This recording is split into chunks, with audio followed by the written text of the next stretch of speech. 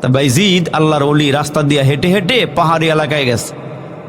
তা পাহাড়ি এলাকায় যাওয়ার পরে মরুভূমির পথ, পাহাড়ি এলাকা, তো হঠাৎ করে ওনার কানের মধ্যে একটা আওয়াজ আসছে, কোথায় থেকে জানি আসরের আজানের আওয়াজ আসতেছে ওনার কানে। তো আসরের আজান যে ওনার কানে আসছে, তা পাহাড়ি এলাকা, পর্বত এলাকা, তো ওখানে তো নামাজ পড়ার মতন কেউ নাই, সাথে লোকজন নাই যাদেরকে নিয়ে উনি নামাজ পড়বে। তো বাইজিদ আল্লাহর ওলি একটু সামনে গিয়ে দেখলেন পাহাড়ের ওপরে একটা ছোট্ট কুঁড়েঘর। কুঁড়েঘর কিন্তু সাধারণত গরিব মানুষেরই হয়, ঠিক কিনা জোরে কন। একটা কুঁড়েঘর দেখে উনি দরওয়াজার সামনে গিয়ে খাড়াইছে। ঘরে কে আছেন? আমাকে এক বদনা পানি দেন, আমি ওযু করব, আসরের নামাজ আদায় করব। আল্লাহর বান্দা বাইজিদ যখন গিয়ে দাঁড়ায় গেছি, ঘরের ভিতরে কি আছেন? আমার একটু পানি দেন, ওযু করি, নামাজ পড়ি। একবার, দুইবার, তিনবার আওয়াজ দেওয়ার পর ঘরের ভিতর থেকে কোনো আওয়াজ পায় না, কোনো সাড়া নাই, কোনো শব্দ নাই, উত্তর নাই। বাইজিদ আল্লাহর ওলি দেখলেন ঘরের ভিতর থেকে দরওয়াজা লাগানো, নিশ্চয়ই ঘরের ভেতরে কোনো মানুষ আছে। আওয়াজ দেওয়ার পর ঘরের ভেতর থেকে কোনো সাড়া নাই, শব্দ নাই। বাইজিদ রাগ হয়ে গেল, কি ব্যাপার, ঘরের মধ্যে মানুষ আছে কিন্তু আওয়াজ নাই, কোনো সাড়া নাই, কোনো শব্দ নাই। রাগ করে ফেলাইয়া দরওয়াজার সামনে দাঁড়ায়া ডাক দিয়া বলে, ঘরের ভিতরে কে আছো?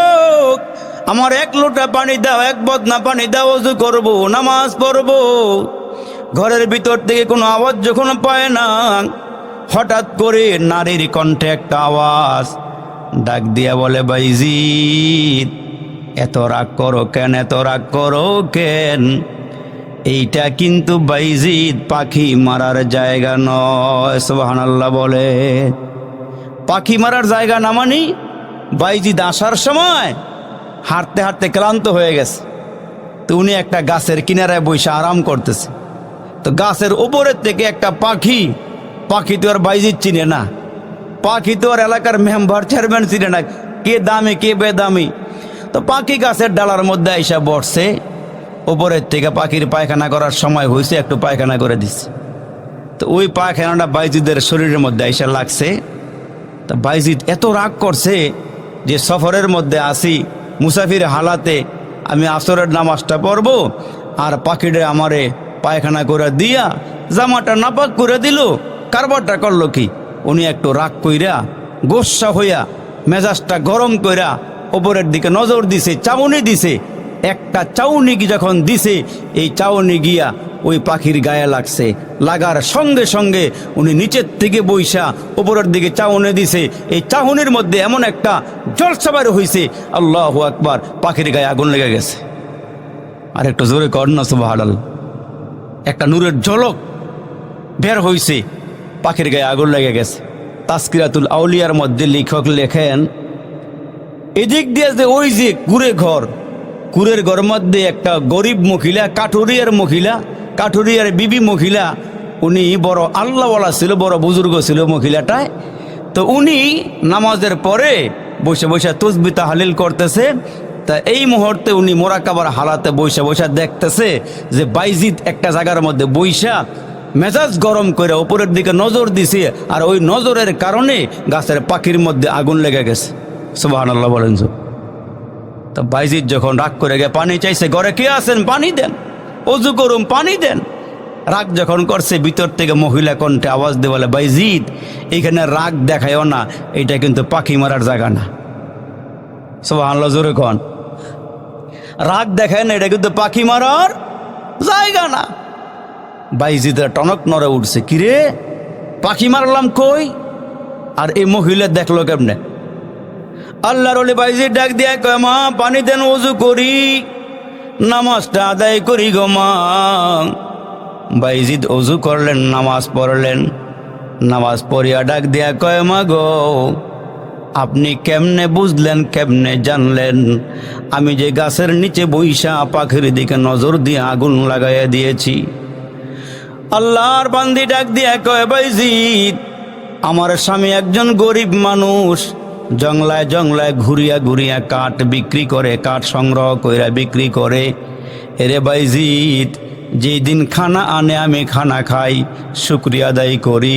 যেদিন আমার স্বামী কাজে যাইতে পারে না, খানাও ঘরে থাকে না, ওই দিন আমি সবুর করি, আমি আমার স্বামীর মনে কোনো কষ্ট দেই না, স্বামীরে আমি আঘাত দেই না। স্বামী আমার ওপরে খুশি, আমিও স্বামীর ওপরে খুশি। ও বাইজিদ, যেদিন থেকে আমার স্বামী হালাল খাবার আমার মুখে উঠাইয়া দিয়েছি, ওই দিন থেকে আমার আল্লাহ আমার বাতিনি চোখ দুইটাও খুলে দিয়েছে। আমার বাতিনি চোখ খুলে গিয়েছি। এই জন্য তো আল্লাহ রসুল বলেন, আমার উম্মতেরা রে, খানা খাইবা হালাল খানা খাইও, হারাম খাইও না, খাবারটা হালাল খাইও। প্রত্যেকটা আব্বা আম্মার দায়িত্ব সন্তানকে হালাল খানা খাওয়াবে। এই জন্য তো আল্লাহ রসুল বলেন, তোমার সন্তান দুনিয়াতে আসার পরে, জন্মগ্রহণ করার পরে তোমার দায়িত্ব হলো সন্তানের একটা ভালো নাম রাখবা, 7 দিনের দিনে আকিকা দিয়ে দিবা, চুলগুলোকে চাইসা ওজন দিয়া তুমি ওই পরিমাণ স্বর্ণ অথবা রূপা সম পরিমাণ টাকা আল্লাহর রাস্তায় দান করে দিবা। আর ওই সন্তানকে তুমি হালাল খানা খাওয়াইবা। হালাল খানা খাওয়াইলে তোমার সন্তান জগৎ বিখ্যাত আল্লাহর ওলি হয়ে যাবে। যেমন আল্লাহর নবীর 2 নাতি হাসান আর হুসাইন, আপনার আমার পয়গম্বর হাসান হুসাইনকে এত ভালোবাসে, এত মোহাব্বত করে। 2 জন নাতি হাসান আর হুসাইন, নবীজির বড় আদরের নাতি। আল্লাহর নবীর সামনে 1 পেয়ালা গোশত, আমার নবীজির সামনে 1 পেয়ালা গোশত। হযরতে হাসান দৌড়াইয়া নবীজির সামনে আসলেন। ছোট মানুষ, আল্লাহ নবীর সামনে আইসা দেখলেন নবীজির সামনে 1 বাটি গোশত রাখা আছে। এই গোশত হলো সৎকার গোশত। হযরতে হাসান যখন বাড়ির ভিতরে গোশত ঢুকাইয়া, হাত ঢুকাইয়া দিয়া গোশত হাতের মধ্যে নিলেন, নবীজি সঙ্গে সঙ্গে হাত থেকে গোশতটা নিয়ে নিলেন আর বললেন, হাসান রে, এইটা হইল সৎকার গোশত, আর নবী পরিবারের জন্য সৎকা খাওয়া জায়েজ নাই। আমরা হলে বলতাম যে ছোট বাচ্চা, নাবালেগ বাচ্চা খাইলে আর কি হইব। নবীজি হাত থেকে টাইনা নিয়ে নিলেন যে এটা খাইও না, এটা আমাদের জন্য হালাল না, এটা আমাদের জন্য হারাম। নবীর বংশের মানুষ এই সৎকা খাইতে পারে না, এরা হালাল খাবার খাবে, এরা হাদিয়া খাবে, এরা সৎকা খাবে না। আপনার আমার নবী হাসান হোসাইনকে কত ভালোবাসে, মোহাব্বত করি। আমরা তো মুসলমান ভাইরা বিশ্বনবীর 2 নাতি হাসান আর হোসাইনকে মা ফাতেমা, হাসান হোসাইনের মা ফাতেমা সুন্দর করে জামা পরিধান করাইয়া বললেন, যাও তোমার নানা জুমার নামাজ পড়াইবার জন্য খুতবা দিতেছে, তোমরা নানার কাছে যাও। ছোট্ট 2 হাসান হোসাইনকে নবীজির মেয়ে ফাতেমা, হযরতে ফাতেমা জামাটা পরায় পাঠাইয়া দিলেন, যাও তোমার নানার কাছে যাও। হাসান আর হোসাইন ছোট মানুষ, নানার কাছে যাইতে গিয়া উপর হইয়া জমিনে পড়ে গেল। হাসান তার হোসাইনকে টাইনা ধরে উঠায়, আবার হাসান পড়ে গেলে হোসাইন টাইনা উঠায়। আমার নবীজি খুতবা দিতেছিলেন, খুতবাটা বন্ধ করি সাহাবীদের কাতারটা একটু ফাঁক করিয়া হাসান হোসাইনকে বাহিরের থেকে নিয়ে আসলেন আর বললেন, সাহাবীরা মন খারাপ করিও না, আমার এই 2 নাতি হবে জান্নাতের যুবকদের সর্দার। এই 2 নাতি হবে জান্নাতের যুবকদের সর্দার হবে। তোমরা মন খারাপ করিও না, আমি আমার নাতিদেরকে তোমাদের সামনে খুতবা বন্ধ করে আমি বাহির থেকে নিয়ে আসছি, তোমরা মন খারাপ করিও না, তোমরা মন খারাপ করিও না। এই হাসান আর হোসাইনকে নবীজি এত ভালোবাসতো। তো হাসান হোসাইন যখন দুনিয়াতে আসছে, নবীজি 1 কানে আজান দিলেন, আরেক কানে একামত দিয়ে দিলেন। এই জন্য প্রত্যেকটা মুসলমান পুরুষের দায়িত্ব হলো, যখন ছেলে সন্তান মেয়ে সন্তান দুনিয়াতে আসে, এদেরকে একটু আজান, 1 কানে আজান শোনায় দেওয়া, আরেক কানে একামত দিয়ে দেওয়া। কিন্তু আমরা আজকে আমার সন্তানকে দিন শিখাই না, আজকে আমার সন্তানকে আমি আলেম চিনাই না, হুজুর চিনাই না। আজকে আমার সন্তানকে আমি শিখাইছি ব্রাজিল, আমি আমার সন্তানকে চিনাইছি আর্জেন্টিনা, আজকে আমার ওই সন্তানের রাস্তা দিয়ে হাঁটতে গেলে হুজুর দেখলে বইলা ওঠে হুজুর জঙ্গি, হুজুর হলো সন্ত্রাস, হুজুর হলো বোমাবাজ। কেন? আমি আমার সন্তানকে জুমার দিন আমার সঙ্গে মসজিদে নেই নাই, আমি আমার সন্তানকে দিন শিখাই নাই, আমি আমার সন্তানকে কোরআন শিখাই নাই। জুমার দিন আসলে পরে, শুক্রবারে আসলে পরে মাঝে মাঝে কিছু জায়গা আছে যেখানে গেলে গাড়ির পুরো জ্যাম লাগে, তো মাঝে মাঝে জিজ্ঞেস করে ড্রাইভার, আজকে তো জ্যাম লাগার কারণটা কি, জ্যাম লাগছে কেন? হুজুর আজকে না শুক্র শনিবার 2 দিন বন্ধের দিন, বন্ধের দিন আসলে দেখবেন ওই যে ফ্যান্টাসি কিংডম, তারপরে সাভার এলাকার মধ্যে বিভিন্ন স্পোর্টে গেলে বাচ্চা নিয়ে দৌড়াই, অথচ আগেরকার মুরব্বীরা বাচ্চা নিয়ে দৌড়াইতো আল্লাহর ঘর মসজিদে, বাচ্চা নিয়ে দৌড়াইতো আলেম ওলামার কাছে যে হুজুর একটু আদব শিখাইয়া দেন, দিন শিখাইয়া দেন। আর আজকে দেখা যায় আমার বাচ্চা বড় হুজুরের নাম জানে না, সাহাবীর নাম জানে না, নবীর নাম জানে না। আর এক জায়গার মধ্যে ওয়াজ করতে গিয়ে আমি দেখলাম এদের বসার যে অবস্থা, এদের বসার অবস্থা বেশি ভালো না। তখন আমি জিজ্ঞেস করি, দেখি তো এরা কি অবস্থার মধ্যে আছে। আমি জিজ্ঞাসা করলাম, ভাই একজন বলেন তোমার নবীর নামটা কি? মাঝখানতে উঠটা কয়, হুজুর আমি জানতাম আমার নবীর নাম খাজা মঈনুদ্দিন, এখন যে কি হয়েছে বুঝতাম না। জোরে কন্যা নাউজুবিল্লাহ মিয়া, এই মানুষের অভাব নাই মিয়া, আমার নবীর নামটা বলতে পারে না, নবীর পরিচয়টা বলতে পারে না। তার কারণ ওইদিকে আমার শিক্ষাও নাই, ওই শিক্ষাটা আমি গ্রহণও করি নাই। এত যে জন্য আল্লাহ রসুল বলেন, যখন তোমার সন্তান ভূমিষ্ঠ হবে ওই সন্তানকে একটা সুন্দর নাম রাখবা, ওই সন্তানের আকিকা দিবা, সন্তানকে দিন শিখাইবা, এটা হচ্ছে পিতামাতার দায়িত্ব। জোরে কোন সুবহানাল্লাহ। সন্তানকে দিন শিখাইবেন। আজকে আমার সন্তান বিধর্মীদের পথে পা বাড়াইতেছে, ওই পথে হাঁটতেছে, ওই পথে চলতেছে। আসার সময় দেখলাম একটা ছেলের দিকে তাকায় আমার বড় মায়া হইল। সারা মাথার মধ্যে চুল নাই, সাইডের এই সাইডে দেখলাম কোনো চুল নাই, মাঝখানে বনরুটি বানায় রাখছে। কি বানায় রাখছে? হাইশো না মিয়ারা, তোমরা আমাদের ভবিষ্যৎ। সারা মাথায় চুল নেই, মাঝখানে বনরুটি।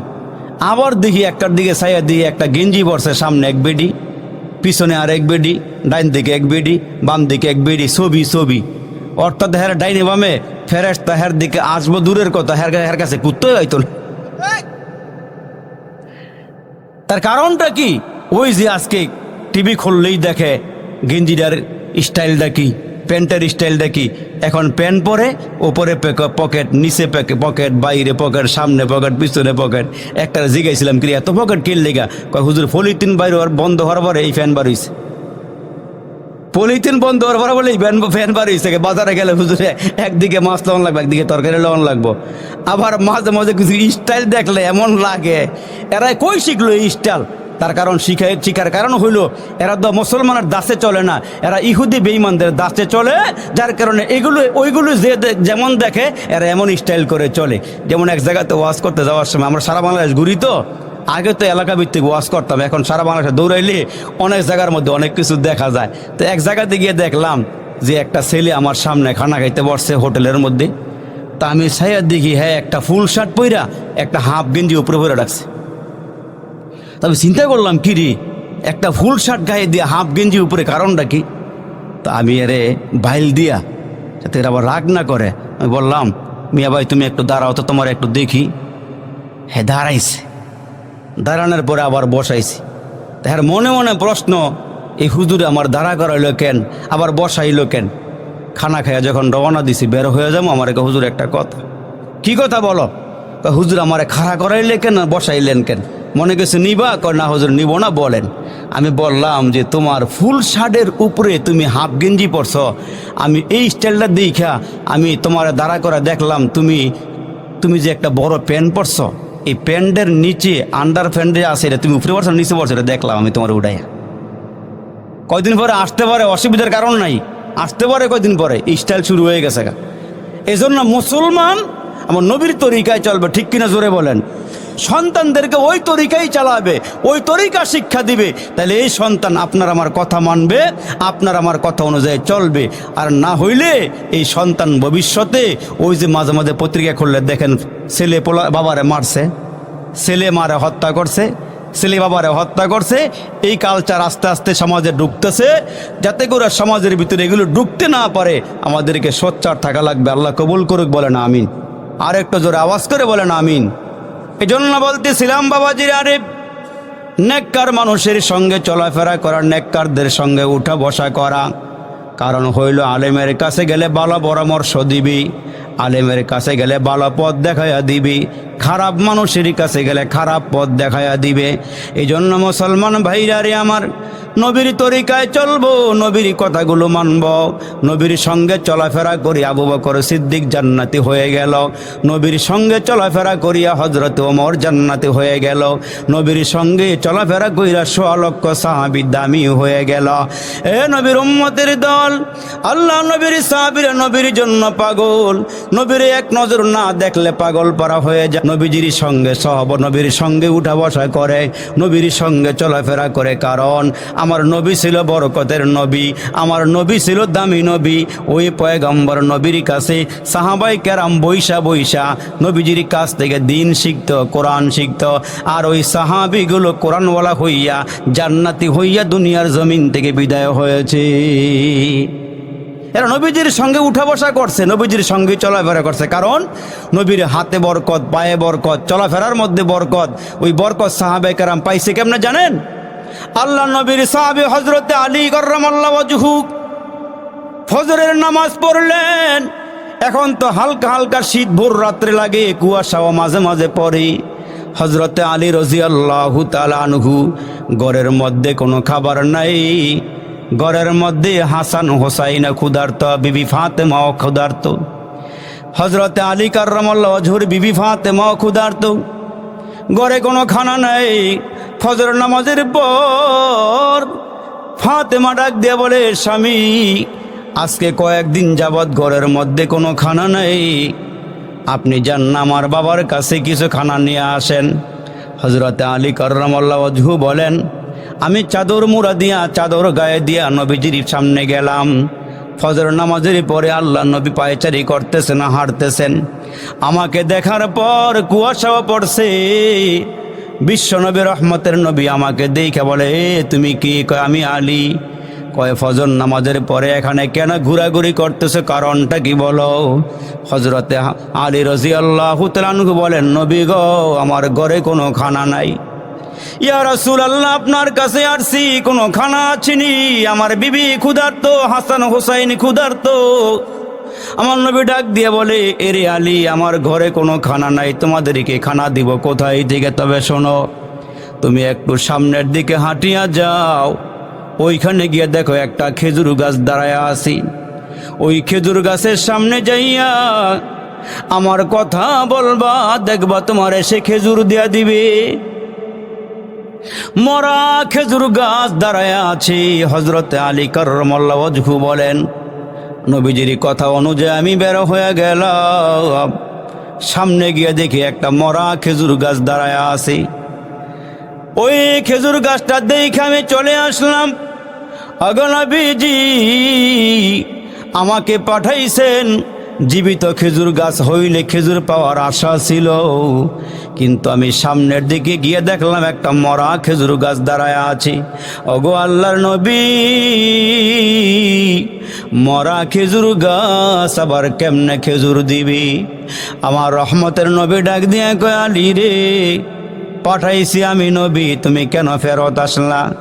খেজুর গাছের সামনে যাইয়া তোমার চাদরটা খুলিয়া খেজুর গাছের নিচে দাঁড়াইয়া আমি নবীর নাম বলে দিবা, দেখবা মরা খেজুর গাছ থেকে তাজা খেজুর বের হয়ে আসবে। এইটা আমার নবীর মুআজিজা। কি বলেন? কি এইটা আমার নবীর মুআজিজা। হযরতে আলী কাররামাল্লাহু ওয়াজহু বলেন, আমি গেলাম মরা খেজুর গাছের সামনে, মরা খেজুর গাছের সামনে গিয়ে দাঁড়াইলাম। মরা খেজুর গাছের সামনে গিয়ে দাঁড়াইয়া ডাক দিয়ে বললাম, খেজুর গাছ রে, আমি ক্ষুধার্ত, আমার হাসান হোসাইন ক্ষুধার্ত, আমার বিবি ফাতেমাও ক্ষুধার্ত। আমি তোর সামনে দাঁড়াইছি রে, আমি নিজে নিজে আসি না, আমার পয়গম্বর আসার জন্য আমারে বলেছি। এরে খেজুর গাছ, তুই আমার নবীর কথা শোন, আমারে কিছু খেজুর দিয়া দি। হযরতে আলী বলেন, আমার নবীর গাছে চিনি, মাছি চিনে, চন্দ্র সূর্য চিনে, আমার নবীর দুনিয়ার সব মাখলুকাতে চিনে। পেয়ারা নবীর নাম নিয়া খেজুর গাছের সামনে দাঁড়াইলাম, দাঁড়াইয়া আওয়াজ দিলাম, এ খেজুর গাছ, আমি ক্ষুধার্ত, পয়গম্বরে আরবি বলেছেন, খুদ তুই আমারে খেজুর দিবি। হযরতে আলী বলেন, আমি যখন মরা খেজুর গাছের সামনে চাদরটা মেলিয়া ধরলাম, খুলিয়া ধরলাম, আমি ওপরের দিকে তাকায়া দেখি মরা খেজুর গাছ থেকে তাজা তাজা খেজুরগুলো পড়তে শুরু হয়ে গেছে। মরা খেজুর গাছ থেকে তাজা খেজুর যখন পড়া শুরু হয়ে গেল, মুহূর্তের মধ্যে আমার চাদরটা ভরিয়া গেল।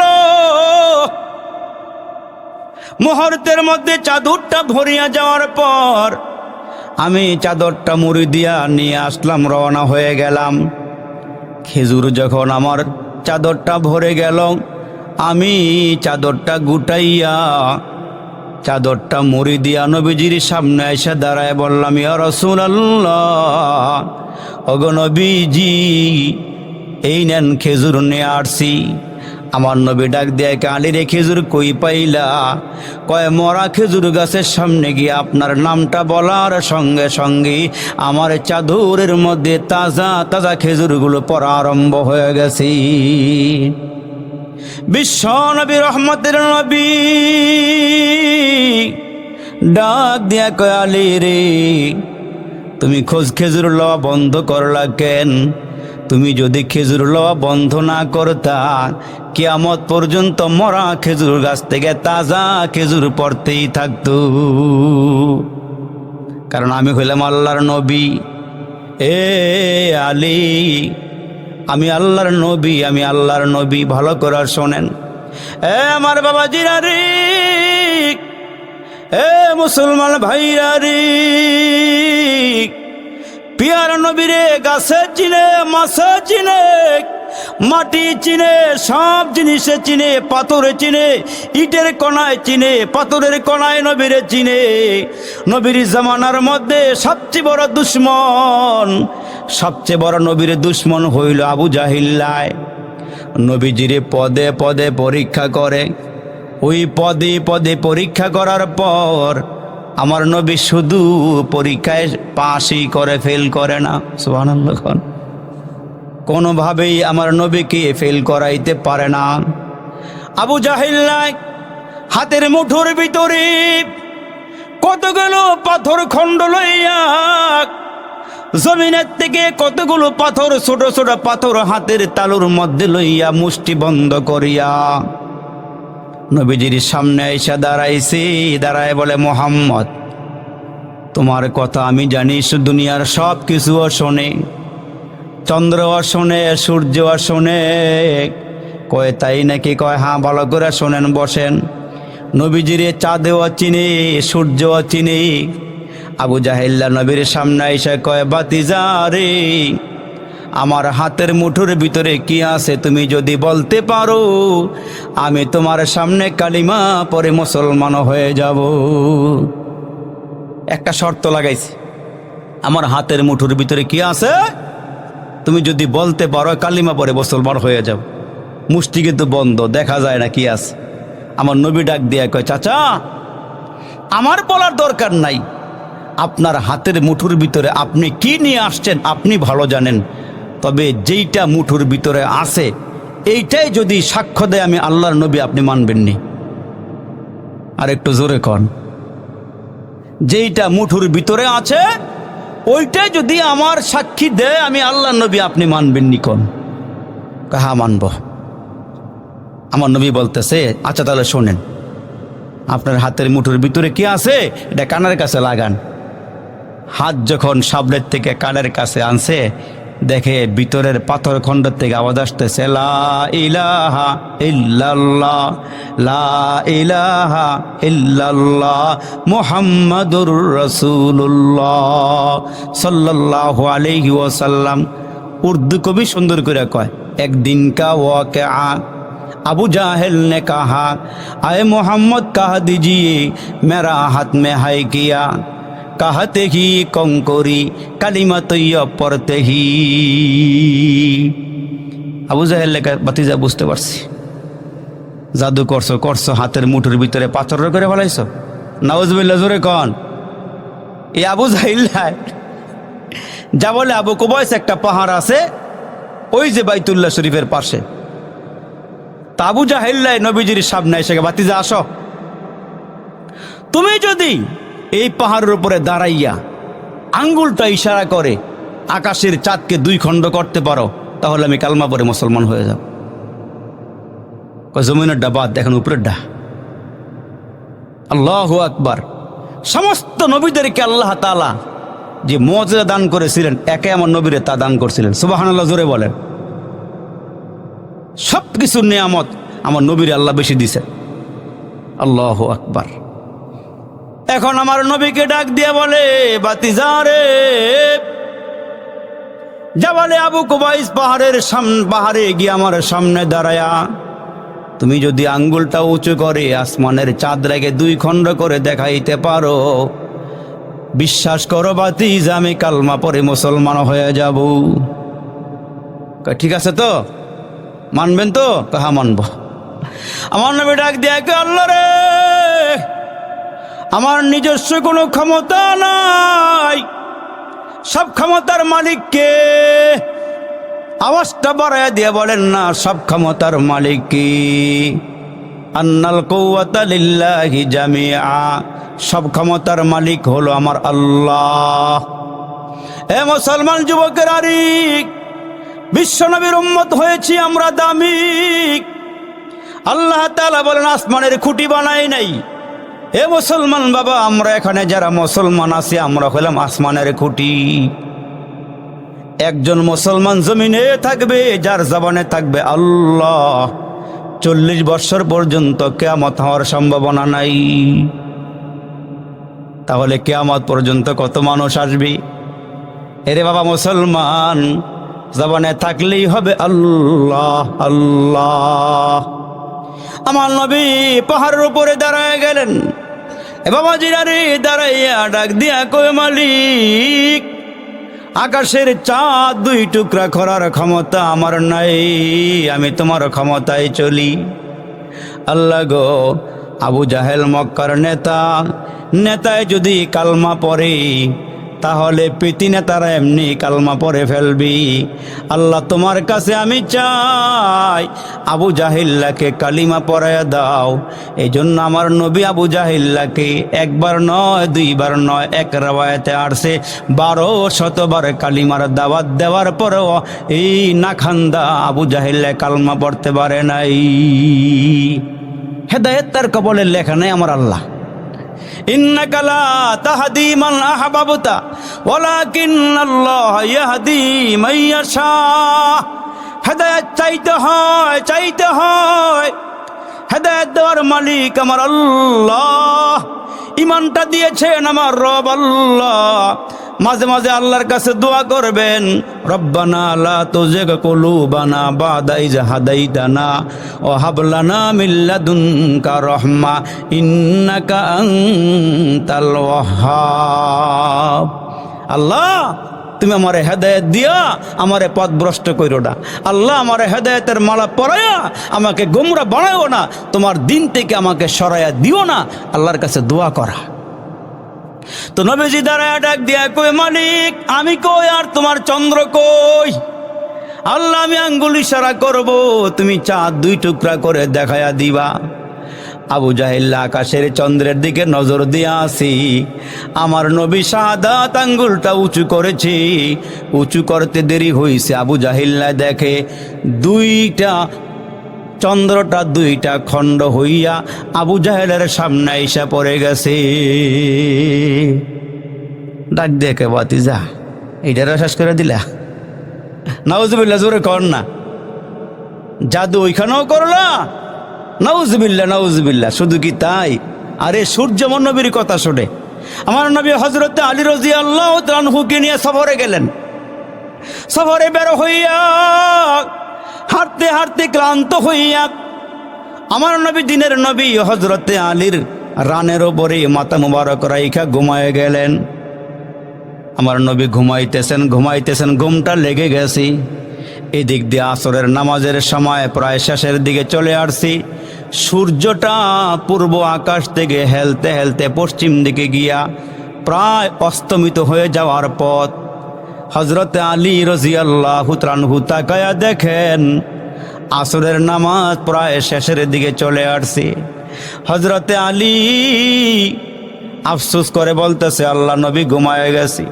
এদিক দিয়ে নামাজের সময় শেষ হয়ে যাইতেছে, নামাজও দামি, তোমার নবীও দামি, আমি কি করব এখন?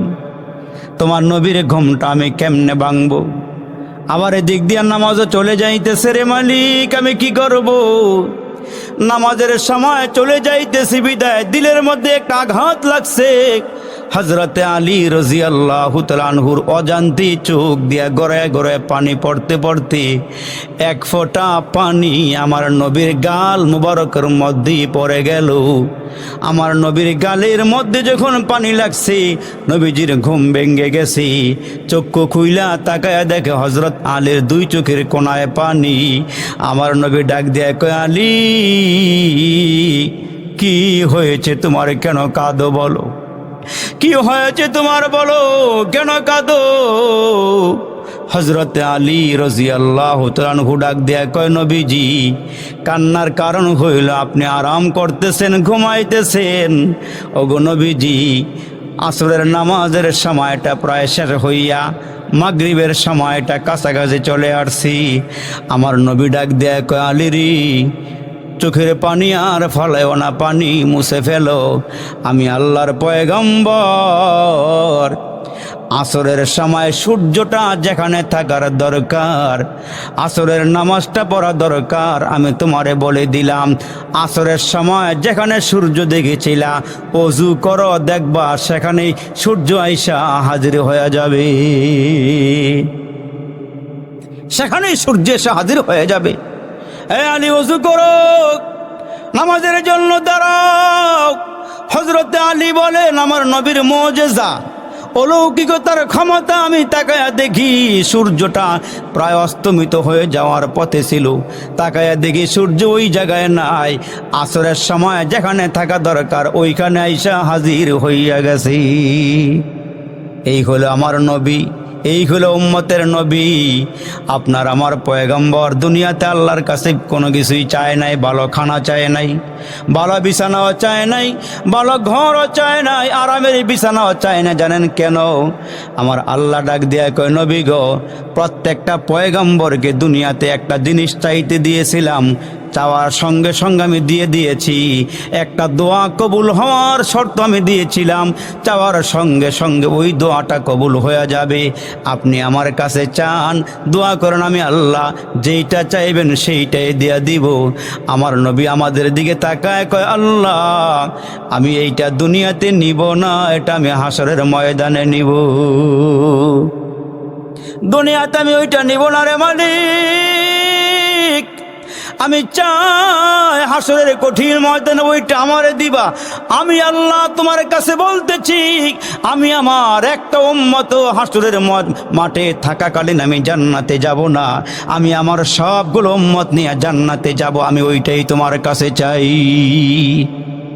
আমি ওইটাই তোমার কাছে চাই, আমার সব উম্মত নিয়ে যেন আমি জান্নাতে যাইতে পারি। এজন্য হাসরের ময়দানে আপনার আমার নবীর সামনে যখন আমাদেরকে জাহান্নামে নিয়ে যাওয়া হবে, ওই দিন আমার নবী আপনার আমার সামনে দাঁড়ায় বলবে, এই ফেরেশতারা এদেরকে কোথায় নিচ্ছ? জাহান্নামে নিয়ে যাচ্ছি। কেন? ওজন দেওয়া হয়েছে, মিজানের পাল্লাতে এদের নেকবদ ওজন দেওয়া হয়েছে, বদের পাল্লার ওজন ভারী হয়ে গেছে, নেকের পাল্লার ওজন হালকা হয়ে গেছে, এজন্য জাহান্নামে নিয়ে যাচ্ছি। আমার রাসূল বলবেন, এই ফেরেশতারা মনে কিছু নিও না, উম্মতের মিজানের পাল্লাটা আরেকবার আমার সামনে ওজন দাও। আরেকটু জোরে বলেন না সুবহানাল্লাহ। আরেকটু আমার সামনে ওজন দাও। তখন দেখা যাবে আপনার আমার বদের পাল্লার ওজন ভারী হয়ে গেছে, নেকের পাল্লার ওজন হালকা হয়ে গেছে। তখন আমার নবী ডান হাতখানা ওই নেকের পাল্লার ওজনে রাখবেন, তখন দেখা যাবে উম্মতের পক্ষে নেকের পাল্লার ওজন ভারী হয়ে যায়। এ হচ্ছে আমার নবী, এ হচ্ছে আমার পয়গম্বর। আপনাকে আমাকে অনেক ভালোবাসছে, আপনাকে আমাকে অনেক মোহাব্বত করছে। নবীজি বলে গেছেন, তোমার জানের চেয়ে আমারে বেশি ভালোবাসবে, তোমার বিবির থেকে আমারে বেশি ভালোবাসবা, আব্বা আম্মার থেকে বেশি ভালোবাসবা, সন্তানদের থেকে বেশি ভালোবাসবা, ব্যবসার থেকে বেশি ভালোবাসবা, দুনিয়ার সব কিছুর চেয়ে আমারে বেশি ভালোবাসলে তোমরা হইবা মোমেন, আর ওই মোমেনরাই আমার সঙ্গে আল্লাহর জান্নাতে যাবে। সুবহানাল্লাহ। এই জন্য সাহাবাই কেরাম ঘরকে ঘর মনে করে নাই, বিবিকে বিবি মনে করে নাই, এরা চলে গিয়েছে নবীর সঙ্গে। রসুল যেখানে যাইতে বলেছেন সেখানেই চলে গিয়েছেন। তিনারা রসুলের সঙ্গে গিয়া জেহাদের ময়দানে গিয়েছেন, জেহাদ করেছেন। বউ ইতিম হয়ে গেছে, বাচ্চা ইতিম হয়ে গেছে, বউ বিধবা হয়ে গেছে, বাচ্চাগুলো ইতিম হয়ে গেছে। কিন্তু সাহাবাই কেরাম নবীজির ডাকে সাড়া দিয়া পুঙ্খানু হুকুম পালন কইরা তারপরে এরা দুনিয়া থেকে কবরে গেছে। আজকে আমাদের দিকে তাকাইলে দেখা যায় আমার ঘরে সুন্নত নাই, আমার মধ্যে সুন্নত নাই, অথচ দাবি করতেছে আমি নবীজির আশেক, নবীরে ভালোবাসি। অথচ 1500 বছর আগে আমার নবী বলে গেছে, যারা আমার সুন্নতকে ভালোবাসবে তারা আমারে ভালোবাসবে। নবীজির একটা সুন্নতকে ভালোবাসা মানে আমার নবীকে ভালোবাসা। মান আহাব্বা সুন্নতি ফাকাদ আহাব্বানি ওমান আহাব্বানি কানা মাই ফিল জান্নাহ। রসুল কয়, যারা আমার সুন্নতকে ভালোবাসলো এরা যেন আমারে ভালোবাসলো, আর যারা আমারে ভালোবাসলো এরা আমার সঙ্গে জান্নাতে যাবে। সুবহানাল্লাহ, সুবহানাল্লাহ। তাহলে নবীর সুন্নতকে বিসর্জন দেওয়া যাবে না, নবীর সুন্নতকে বিসর্জন দেওয়া যাবে না। একটা আমল বলে দেই, আল্লাহ রসুল বলেছেন যারা 5 ওয়াক্ত নামাজের জন্য ওযু করে, ওই ওযু করার আগে যারা ওই গাছের ডালা দিয়ে মেসওয়াক বানায়া মেসওয়াক করবে, আল্লাহ রসুল বলেন ওই মেসওয়াক যারা করবে 5 ওয়াক্ত, মৃত্যুর সময় ঈমান নিয়ে এরা কবরে যাইতে পারবে। গাছের ডালা দিয়ে মেসওয়াক যারা করবে, ওযুর আগে দিয়া মেসওয়াকটা চালু রাখবেন। আমরা যারা ওযু করি ছোট্ট একটা মেসওয়াক ঘরে রাখবেন, তো পকেটে রাখবেন, এটা দিয়া ওযু করার আগে একটু মেসওয়াক করবেন। আল্লাহ পাকের রসুল বলেন তোমার সবচেয়ে বড় পাওনা হইল মৃত্যুর সময় আল্লাহ তোমার ঈমানের মরণ দান করবেন। এই জন্য ছোট্ট একটা আমল করা যাবে তো ইনশাআল্লাহ, করা যাবে তো ইনশাআল্লাহ। আল্লাহ আমাদেরকে করার বোঝার তৌফিক দান করুক, বলেন আমিন। আর একটু জোরে আওয়াজ করে বলেন আমিন। আপনারা অনেক টাকা পয়সা মসজিদে দিয়েছেন, শেষ মুহূর্তে এমন কেউ আছেন যে দেন নাই, দিবেন। থাকি রব্বিল আলামিন। والصلاة والسلام على سيد الأنبياء والمرسلين وعلى آله وصحابه أجمعين। ফেলিয়ে না দিও রে মালিক, ফেলিয়ে না দিও, গুনাহ যত করেছি আমরা ক্ষমা তুমি করিও। বান্দা আছে বন্দিগি না শেষ করেছি জিন্দিগি, আখেরাতের বিচার দিনে পাপীদের উপায় কি? ইয়া আল্লাহ তাকায়া দেখো রে মালিক, পেকির চর এলাকার মুরব্বীরা, যুবকেরা, নৌজওয়ানেরা, পর্দার আড়ালের মায়েরা, বোনেরা একসাথে হয়ে রে মালিক যে যেখান থেকে হাতগুলো বাড়ায় দিয়েছি, মাবুদ আমরা গুনাহগার, গুনার বোঝা নিয়ে কাঙ্গালের মতো, ভিখারির মতো তোমার শাহী দরবারে হাতগুলো বাড়ায় দিয়েছি। এ মাবুদ আল্লাহ গো, এই মজলিস থেকে যারা হাতগুলো বাড়ায় ধরছি, আল্লাহ জানা অজানা প্রকাশ্যে গোপনে যত গুনাহ করেছি রে মাবুদ, ইয়া আল্লাহ আমাদের জিন্দেগির সব গুনাহগুলো ক্ষমা করিয়া দাও। এ বাবু জানি না কার জন্য জানি আজকের মুনাজাতরা জীবনের শেষ মুনাজাত হয়ে যায়, জানা নাই কোন দোকানের 3টা কাফনের কাপড় তৈরি হয়ে গেছে, জানা নাই রে কোন বাগানের বাসগুলো পেকে গেছে রে মালিক, জানি না রে আল্লাহ কোন দিন জানি তোমার ঘরের পালকিটা আমাদের দুয়ারে হাজির হয়ে যায়। এরে মাবুদ জানা না কে জানি গো আমাদেরকে জীবনের শেষ গোসলটা দিয়ে দেয়। আল্লাহ যেদিন দুনিয়াতে আসছিলাম নিজের গোসলটা নিজে করতে পারি নাই, আবার যেদিন দুনিয়া থেকে বিদায় হয়ে যাব ওই দিনও নিজের গোসলটা নিজে করতে পারবো না রে মাবুদ। আল্লাহ আমরা বড় অসহায়, গুনার বোঝা নিয়ে কাঙ্গালের মতো রাতের বেলা হাতগুলো বাড়াইছি। এ মালিক মায়ার নজরে তাকাও, দয়ার নজরে তাকাও, মায়ার নজরে দেখাইয়া জীবনের সব গুনাহগুলো ক্ষমা করিয়া দাও। হে মাবুদ জানি না কার জানি মা নাই, কার জানি বাবা নাই, কে জানি মা হারাইছে গো, কে জানি বাবা হারাইছে রে মাবুদ। রে মাবুদ বাবার মতন আপন কেউ নাই, মায়ের মতো আপন কেউ নাই রে মাবুদ। মালিক, বাজারের ভালো ভালো খাবারগুলো আব্বা কিন্নাই না খাওয়াইছি। আব্বার দিকে তাকাই দেখি সিরা স্যান্ডেল পায়ে দিয়া হাঁটে, শীতের দিনে পাতলা জামা গায়ে দিয়ে হাঁটে। জিজ্ঞেস করলে বাবা ডাক দিয়া বলে, তোমার পায়ে ভালো জুতা দেখলে আমার মনটা ভালো লাগে, তোমার গায়ে ভালো কাপড় দেখলে ভালো লাগে। ওই দরদি বাবা কার জানে কবরে ঘুমাইতেছে রে মাবুদ। আল্লাহ, যেদিন বাবা দুনিয়ার থেকে রে বিদায় হয়ে গেল, হে আল্লাহ, নিজের হাতে পানি গরম করে রে খাটটার মধ্যে আব্বারে শুয়াইয়া নিজের হাতে কসলায়া কসলায়া গোসল দিলাম। বাবারে কত ডাকা ডাকলাম, বাবায় কোনো আওয়াজ করে না। বাবা গো, কবে ঘরে ফিরবা, কবে ঘরে আসবা? বাবা এতে কোনো ডাকের সারা দেয় না রে।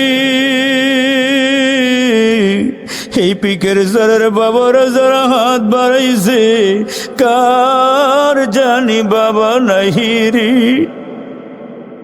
এ যুবক, কে জানি আব্বা হারাইছ রে। আর কোনোদিন বাবায় ঘরে আসবে না, আর কোনোদিন তোমার শাসন করবে না, আর কোনোদিন পকেটে টাকাও দিবে না। কোনোদিন তোমার বাবা বাজারের ভালো মাছ তরকারি কিনা খাওয়াবে না। আল্লাহ রে, জানি না কার আব্বার কবরে জাহান্নামের আগুনগুলো দাও দাও করিয়া জ্বলতেছে রে মাবুদ।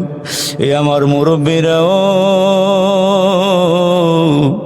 ও আমার কলিজার টুকরা যুবকেরাও, আজকের এই ময়দান থেকে যদি আব্বার জন্য 1 ফোঁটা 2 ফোঁটা চোখের পানি ফালাইতে পারো, আজকের এই ময়দান থেকে যদি যুবক মার জন্য 1 ফোঁটা 2 ফোঁটা চোখের পানি ফালাইতে পারো, এ যুবক, মা তোমারে ঘর থেকে বের করিয়া যখন দিল, তুমি পড়তে রওনা দিয়েছ, মা রাস্তায় দাঁড়াইয়া দাঁড়াইয়া দেখে তুমি কতক্ষণ হাঁটতে যাইতেছ। ওই মা তোমার দিকে তাকাইয়া আছে, যতক্ষণ তোমারে দেখা যায় মা ঘরে যায় না। তোমারে আমারে মায়া তো আদর করছি, এত মায়া করছি, মাগো তুমি কেমনে জানি কবরে ঘুমাইতেছো গো মা। আজকে যদি এই পিকের চোরের দিকে রে যুবক 1টা ফোঁটা চোখের পানি মার জন্য ফালাইতে পারো, 1টা ফোঁটা চোখের পানি যদি আব্বার জন্য ফালাইতে পারো, ওই চোখের পানি দিয়া জাহান্নামের আগুনগুলো আল্লাহ নিভাইয়া দিবে। আব্বা আম্মা ডাক দিয়া দিয়ে বলবে, আল্লাহ কিসের পানি দিলা যে পানি দিয়ে আগুন নিভিয়া গেল? আল্লাহ, এইটা কি জমজমের পানি দিছ, নাকি হাউজে কাউসারের পানি দিছ, নাকি আবে হায়াতের পানি? আমার আল্লাহ বলবে না, এইসব পানি নয়। তোমার সন্তান পিকের চরের মাহফিলে বইসা বইসা তোমাদের কথা স্মরণ কইরা কাঁদতেছে। ওই চোখের পানি আমি আল্লাহ কুদরতি হাত বাড়াইয়া সন্তানের চোখের থেকে আইনা তোমাদের কবরে ফালাইছি, জাহান্নামের আগুনগুলো নিভাইছি। এ যুবক, জীবনে কত চোখের পানি ফালাইছো রে ভাই। এ বাবা, জীবনে কত কাঁদছো। আজকে আব্বার জন্য একটু কাঁদো, মার জন্য একটু কাঁদো।